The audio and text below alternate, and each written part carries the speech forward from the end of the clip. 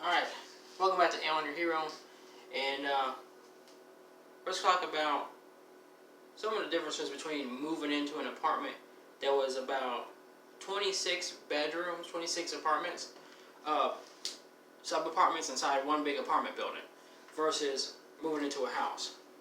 So, when I first moved into the apartment, okay, I had to have the police as an escort based off of where I was coming from, because I was coming from another apartment and I had stalkers there and rape threats on my woman there and all types of crazy stuff. So we needed escorts, police escorts, to help us move from there to another apartment. While that happened, there was a bald-head dude, bald-head chicks, and people out, and a bunch of other people was out looking and watching us move in and stuff that was kind of in the way. So we did that, moved in there. Then we had people start stomping and bothering us, yelling how they're going to beat my woman up outside the door, hollering our business outside the door. That's the moving in part, okay? And then, then we pretty much got settled in, and all the junk happened that you probably already seen in another video. So, moving into their small space, cramped with cars, and nonetheless, we moved in. I had to be super careful in the apartment with moving my drawer. I had to put blankets down and drag some of my stuff. I didn't have a dolly, so I had to put blankets down and drag things, because you could wake people up and you had a lot to put up and you had a lot to do, especially if it took all day and it's nighttime by the time you're in there and you have to move stuff around because you got to set the bed up and all that stuff. You might be making a bunch of noise at night, and it's hard to do that if you got to worry about people. You got to do it real slow and you're so tired. Moving in is a stressful thing in an apartment. Now at a house, okay, the difference was at a house, got lucky enough to have an alley. Okay, well, when you move into a house, what you want to do if you don't have an alley, you want to take 2 chairs. You put a chair for the parking space, you're going to park your cars, and you're going to put a chair to where you're going to bring in the U-Haul, okay? And you're going to just block that space off with 2 chairs and move in that way. Now, if you have an alley in a backyard where you can just move in from your backyard to that alley, that's what I did. And you grab whatever you can grab that has a truck that helps you can move, so you don't have to take multiple trips. But moving into a house you didn't have to worry about anything. It was way easier. You didn't have to worry about people watching you. Although some did, because you were going kind of in and out of the front and out the back, based off of somebody that's parking in the front, because they have some of your items in the front, while your U-Haul can be in the back, and you're mainly loading stuff out in the back. Was there a bunch of people watching me load and watching me unload stuff from the back in the alleyway? No, there wasn't. There wasn't. If there was, they didn't make it really known. They wasn't in my way. They wasn't making it known. Hey, I'm gonna be the person that's gonna be messing with you later. They didn't do none of that. Not in the house. Okay. When I got in, I might have been clanging some stuff, and might have, they got wood floors, this wood, they creak and everything, but, when it came to setting up the bed, I didn't have to worry about it. I just walk in the front room, go and take it to the bedroom, start screwing it, tightening in all bolts, and got that. That's fine. Most of the stuff, the happiest thing is that in an apartment, you may not have storage like I didn't, okay? Me and my lady, we didn't have storage in our apartment.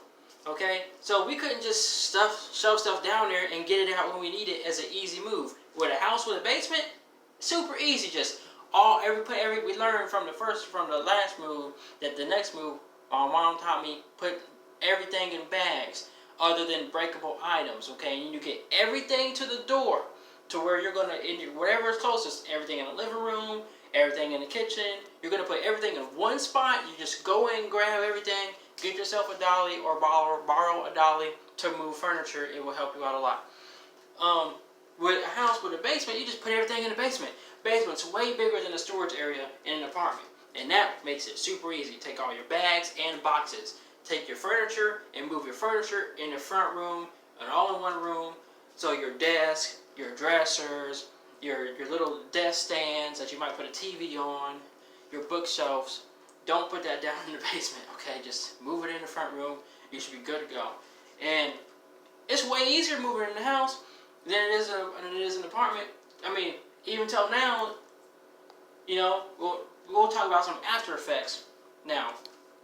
For some after effects now that's going on is, if I do this, oh shoot, I made some noise, I might look up, thinking that the stalker is above me, might make some noise, or anytime I accidentally, I had to have a technique for shutting the microwave. Okay, you would press this button in right here. You press this in, and then you close it. Listen to how quiet this is. I'd be like that in an apartment for fear of stalkers, people listening, and people trying to find my location in my apartment. So now in a house, want to shut the microwave? Normal. Just shut the dang thing. It works. I look at my dishes, man. They're freaking clean. I don't have to wait until the dude upstairs starts stomping and everybody starts slamming doors for me to know, oh, well, I guess everybody wants to make some noise. Let me go ahead and make some noise too and start doing my freaking dishes. Now, look at that clean sink. I can just put this bad boy in there, get ready to make me some fish, fry me some fish up, and make me a freaking shrimp and pennies bag. It's going to be great. And when moving into a house, it's different than an apartment, and the after effects still will get you. Sometimes, if I hear something, I might, I'm walking quietly, of course, because one, I'm in shoes and I'm taking small steps. I naturally kind of walk quietly.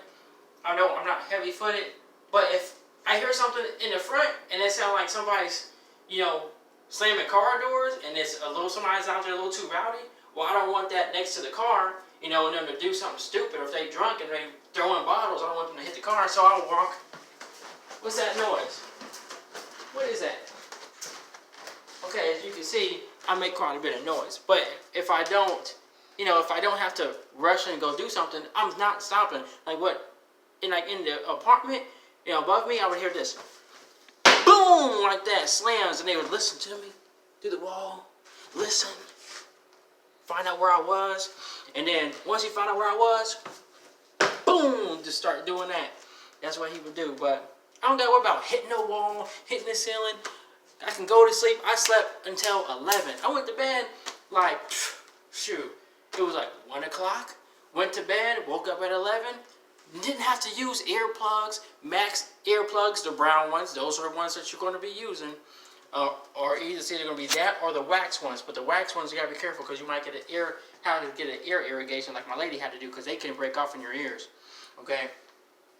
So kind of like the after effects would be stuff like that. Like if I accidentally, slam a microwave, or sometimes I just, like, if I'm happy and I'm enjoying my time with my woman and we're laughing, I might look out of nowhere, because it's like whenever we would laugh or be happy, he would try to make sure he was miserable. So I still got some after effects from the apartment living and from the stress of it and the having to watch out for it. And I still look out the door.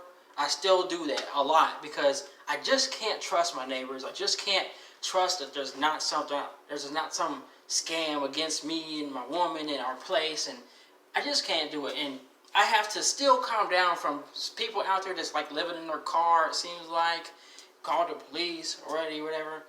They came out and they said, oh, they was just eating pizza and smoking, but they was out there for 3 hours in their car.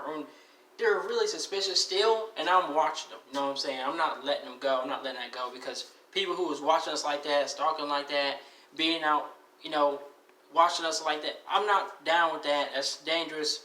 So keep an eye on stuff like that, because it's not happening to nobody else, and they're not parking in front of nobody else, but they park in front of our car all the time, but not in front of the car that they say that their mama lives at. So that's so suspicious there. But nonetheless, if I hear a car door, I'm gonna look, because I don't need them snoop. I have to look, because they might be snooping around in the back.